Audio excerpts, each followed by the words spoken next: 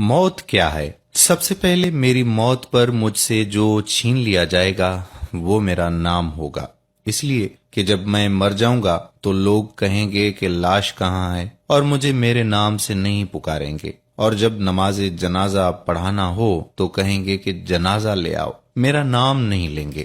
اور جب میرے دفنانے کا وقت آ جائے گا تو کہیں گے کہ میت کو قریب کرو، میرا نام بھی یاد نہیں کر۔ قبر کے قریب لایا جاؤں گا، اس وقت نہ میرا نسب اور نہ ہی قبیلہ میرے کام آئے گا، اور نہ ہی میرا منصب اور شہرت۔ کتنی فانی اور دھوکے کی ہے یہ دنیا جس کی طرف ہم لپکتے ہیں۔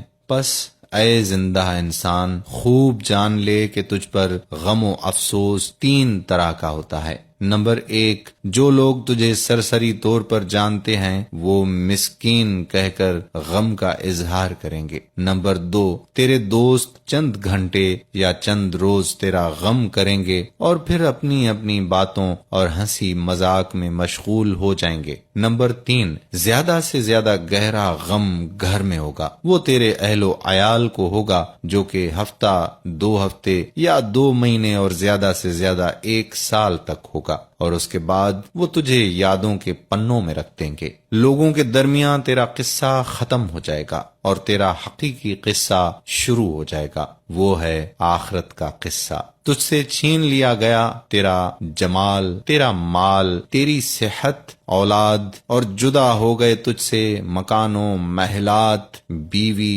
غرض، ساری دنیا، اور کچھ باقی نہ رہا تیرے ساتھ سوائے تیرے اعمال کے، اور حقیقی زندگی کا آغاز ہوا۔ اب سوال یہاں یہ ہے کہ تو نے اپنی قبر اور آخرت کے لیے اب سے کیا تیاری کی ہے؟ یہی حقیقت ہے جس کی طرف توجہ چاہیے۔ اس کے لیے تجھے چاہیے کہ تو اہتمام کرے فرائض کا، نوافل کا، پوشیدہ صدقہ اور صدقہ جاریہ کا، نیک کاموں کا، رات کی نمازوں کا، شاید کہ تو نجات پا سکے۔ اگر تو نے اس ویڈیو سے لوگوں کی یاد دہانی میں مدد کی جبکہ تو ابھی زندہ ہے، تاکہ اس امتحان گاہ میں امتحان کا وقت ختم ہونے سے تجھے شرمندگی نہ ہو اور امتحان کا پرچہ بغیر تیری اجازت کے تیرے ہاتھوں سے چھین لیا جائے، اور تو تیری اس یاد دہانی کا اثر قیامت کے دن تیرے اعمال کے ترازو میں دیکھے گا۔ اور یاد دہانی کرتے رہیے،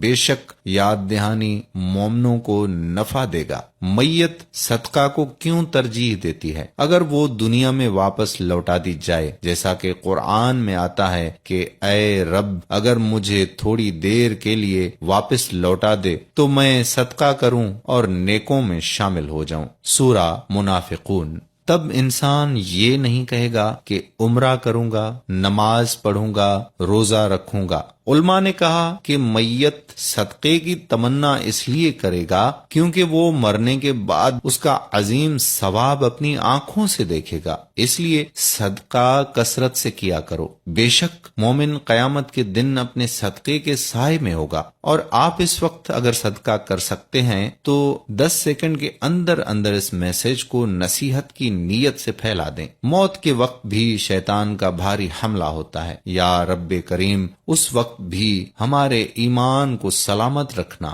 آمین ثم آمین یا رب العالمین۔ دوستو، صدقہ جاریہ کے لیے ویڈیو کو شیئر کر دیں تاکہ ہمارے بعد بھی اصلاح کا یہ سلسلہ جاری و ساری رہے۔ جزاک اللہ خیرہ۔